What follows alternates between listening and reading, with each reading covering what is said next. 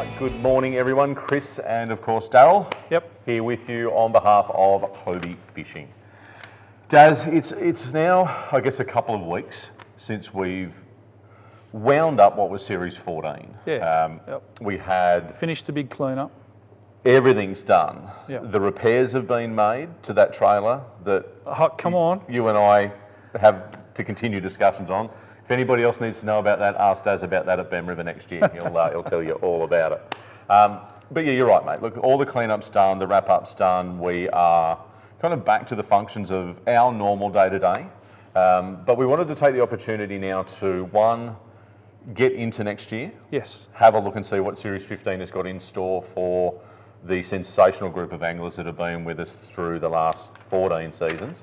And we can tell you where we're going or what we're doing or what we intend to be doing. But as importantly, mate, we wanted to take this opportunity to again congratulate Stephen Pryke. You had and would have been probably around the tournaments back when Pryke was kind of getting into it. Yeah, absolutely. I guess as a bit of a junior back in those days. He was a gun back then, though. And he definitely proved that down at Malakuta. We've used the term... There's a lot to learn about what he did. Had a plan, and he stuck to it for 3 days. Yeah. I was about to go and say the old adage of going, do the miles, get the smiles. That wasn't the case for Pryke in this particular event. No. There was something that he came across in a very, very early part of his first session. And I guess not having that pre-fish day, and I understand the complications, and I think everybody understands the complications and the things that we were working with there, but there was obviously something as part of that first movement that Stephen found that really did set up the next sort of 3 sessions, or those full 3 sessions for him. He didn't have it easy though, mate. Like, he had the likes of a newcomer for us in Benny Hanscom. Yeah. Really kind of leading the way there in the first couple of days, and being able to kind of produce for 3 days under varying conditions. Saw Ben sort of ended up in 3rd overall, which was a sensational result too, Benny. Like, absolutely kudos to you, mate. And then we obviously had a Queenslander sort of stuck in the middle, Daz. That's right. In Tyson Hayes. Yeah. Very, very quiet achiever. Gets about his business. It's not to say that the cheer squad are quiet, Daz, because those Queensland cheer girls are pretty sensational. And look, we would obviously love to continue as much of that moving into next year as possible. But obviously, thank you to the town of Malakuta for all of the hospitality. Obviously, East Gippsland Shire Council for their continued support in allowing us to run those events, through that particular region. And of course, as we continue to say, mate, if it's not for the anglers, then there is no event. That's right. I think everybody conducted themselves brilliantly. We had a good time, there's no doubt about that, and just hope that everybody else came away from that culmination of that series, with a smile on their face, having known that it's been run, it's been won, and a very deserved winner at that. And we're definitely looking forward to seeing Pryke out on the water on that 1 of 1 Pro Angler 14 360 next season. Daz, let's have a look at what is going to be Series 15. It's pretty cool. It's been a challenge, hasn't it? Yeah, it has been a challenge, but it's looking pretty good, isn't it? Well, I can only hope that everybody else thinks the same thing. And hopefully you're going to have to listen to all of our blurb before the link actually pops up on their screen to find out what's going on. But we'll see how that works out. It would almost be remiss not to start at Bemm. It's pretty much a tradition these days, isn't it? It's become that way. And it's not to say that you can't break some traditions, but Series 15, we're back at Bemm. So that's going to be February 3-4 will be that particular event. It'd be great to get back down there and see Ray and Deb at the pub, and obviously Mark down at the tackle shop. Yep. You've also spent a little bit of time down there outside of tournaments, having a bit of social fishing. No, it's a fantastic place to go. And enjoying that region. One of the things with this calendar days, so obviously that's February 3-4, and then knowing that we had the Tasmanian events in March, we were sort of starting to look at then what was going to happen after Tas, and then looking at the time frame that we had in between, and we just didn't want to have a kind of 2-month gap, effectively, between an event at the start of February and then almost rolling in, and as we will go through here, an event all the way back at the end of April. Yeah. So it would have been basically all of Feb, all of March and most of April before we would have got back into a solid mainland event. So what we have done is we've rolled in round 2 to be I guess a local event for us, Daz, here on St George's Basin, and we're going to run that through at this stage on the 24th and 25th of February. So you've got about 3.5 weeks. Yep. And look, for all those guys that have had nightmare sessions on the basin, be at our last event. That time of the year should fish so much better. Yeah. So I think one of the anglers that I know has been obviously a former world champion, and I'm talking about Deethy, and one of the things I think that he came away with from that basin event was, you've almost got to go back and get revenge. Yeah, absolutely. And I think those higher quality anglers, those guys that really do aim to improve, will not see, I guess, a location that fished really tough as being a location they never want to go to again. It's like, no, hang on a minute, I'm going to grit my teeth a little bit and I'm going to go back and I'm actually going to sort of have learnt something out of that experience. But I was also talking to Chris Hickson earlier today, and just sort of having a chat about some tides and things elsewhere. And it was a time of year that was fairly familiar to him, having won an Australian Championships on the basin, probably within a couple of weeks of that particular date there a couple of years ago. So, if you do want to reach out to some of these guys and of course, obviously going back to that bream fishing project with Deethy, have a listen to some of the goings on from some of those former Australian Championships. I think Steve Fields actually sat down with Chris and Glenn and a couple of the guys after that event. And that information is there online still, and you can actually have a listen to those interviews to see how those anglers went at that time of year. So, no, definitely looking forward to that. So Bemm is round 1 at the start of Feb 3, 4, and also in February 24, 25 is going to be St George's Basin. We all know about Daz. You've been down there a couple of times now, and it's just the land of the dinosaurs, right? It can be. And if you're going to be going chasing dinosaurs, that's the place to go. Yeah. So we're going to go and basically do a rinse and repeat. We're still back at Little Swan Port and also the Swan River. And I do believe, look, I think Andrew Krushka there on the Swan with 7.99 kilos for 6 fish. Like, just craziness. It is. But it's possible. It's very, very possible. Bags over 6 kilos were not uncommon in either of those locations. Fingers crossed in that national park region there for where Mel Shells is and the Swan. I think they've obviously had some fires that went through there a few weeks back, and we do believe that everything's kind of in check. And then obviously it's just going to be stunning to be able to go back to the winery again. Oh yeah, looking forward to that. Just quietly.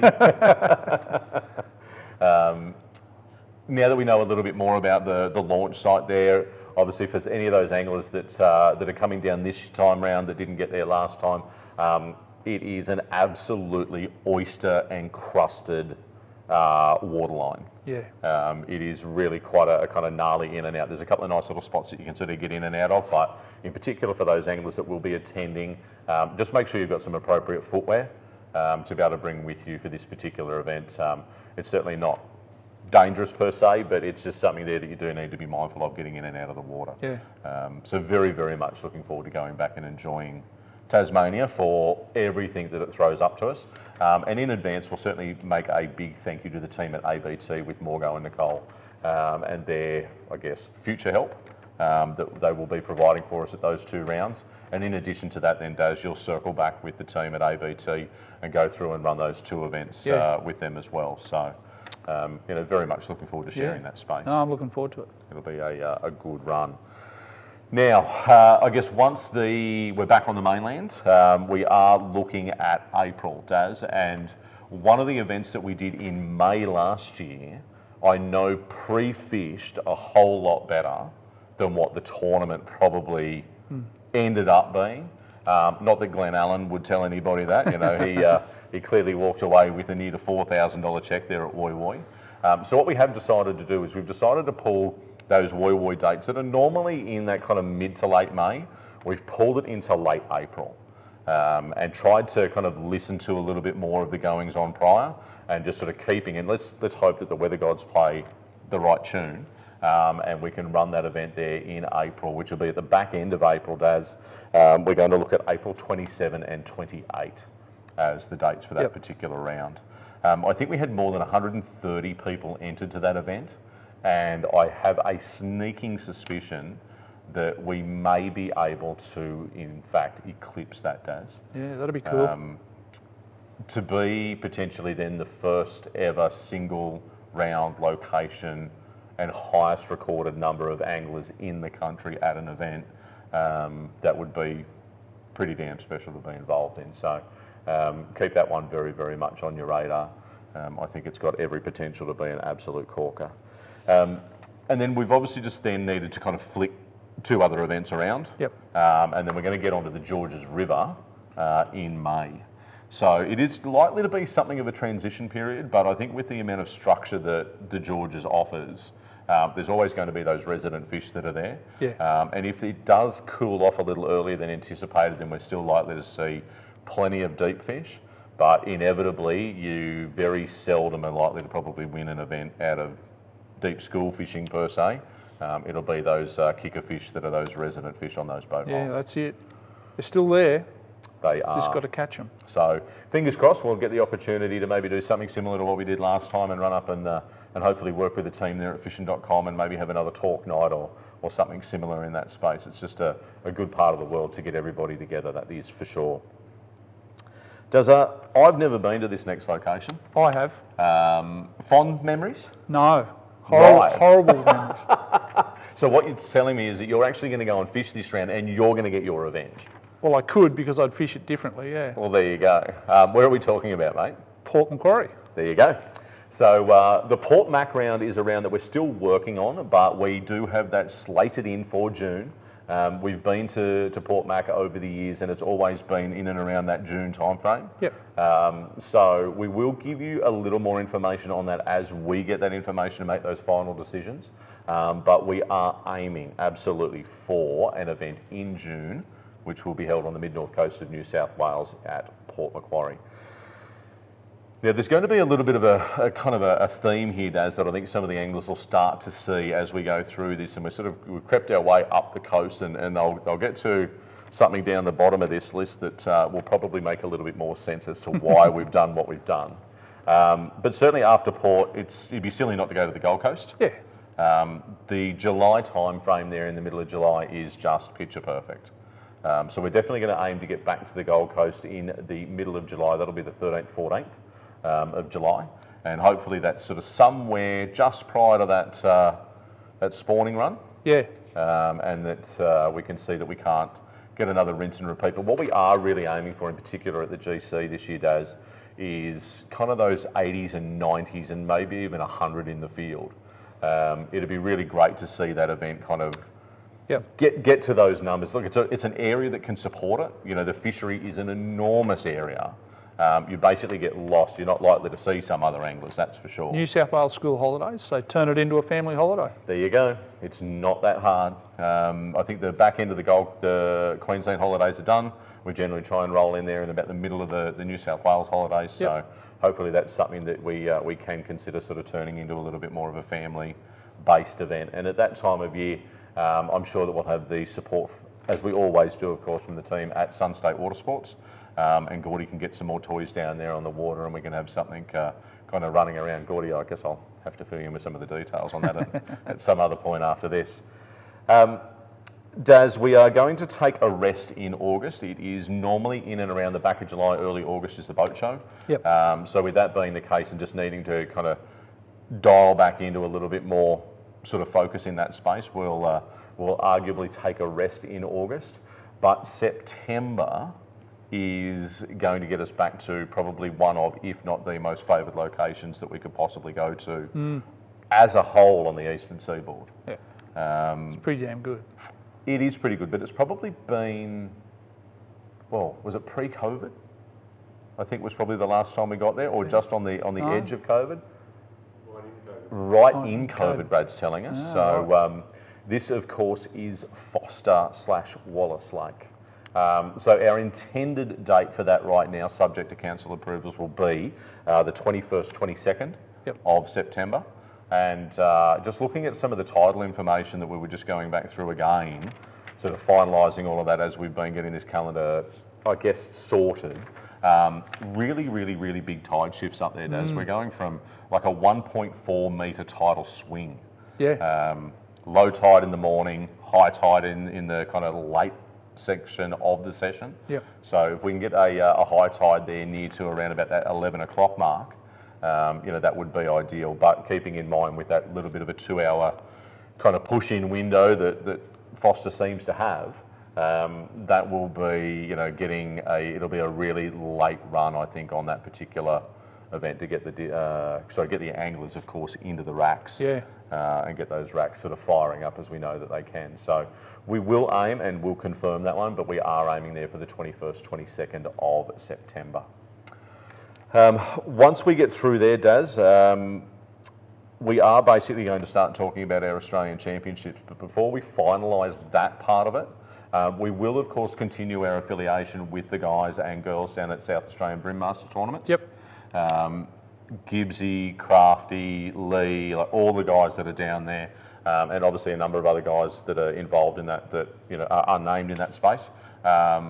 We will continue that opportunity, and I think it's going to be a fairly good time of year for any angler that might be kind of Victorian based, that might not be making their way over to Tassie, that can still jump in and fish an event that's going to be AOY points eligible through that kind of early April period.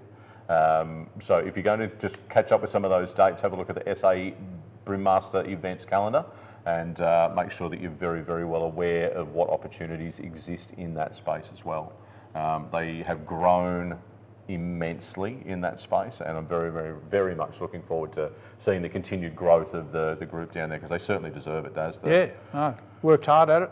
The effort that those guys and girls put into the Hobie events, you know that they're going to run a sensational event themselves. And then, mates, I guess thinking about the team in WA, the West Australian Tournament Anglers Group, they will continue their affiliation with us as we go into Series 15. So they will have 2 events, again lined up, that will be AOY Hobie rounds eligible for them.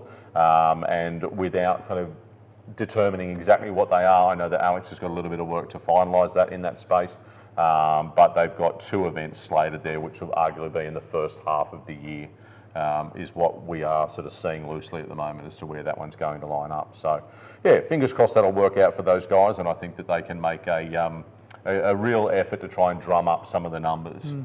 One of the other things, Daz, that we have been working fairly hard on is trying to understand the balance between pre-qualifying at an event versus, I guess, those Angler of the Year points. And it's been spoken about for a lot of years, and the consistent theme that seems to be coming back time and time and time again is not favouring, but maybe just weighting a little more that has a focus on that AOY point score. It should give us the opportunity to perhaps reward anglers that have been continuing to be consistent anglers with us, that continue to turn up. I think that's the key, is consistent. If you're consistently, maybe not in the top pointy end, but just outside it, if you're consistently there, we're trying to reward those people to get an AC spot. Yeah.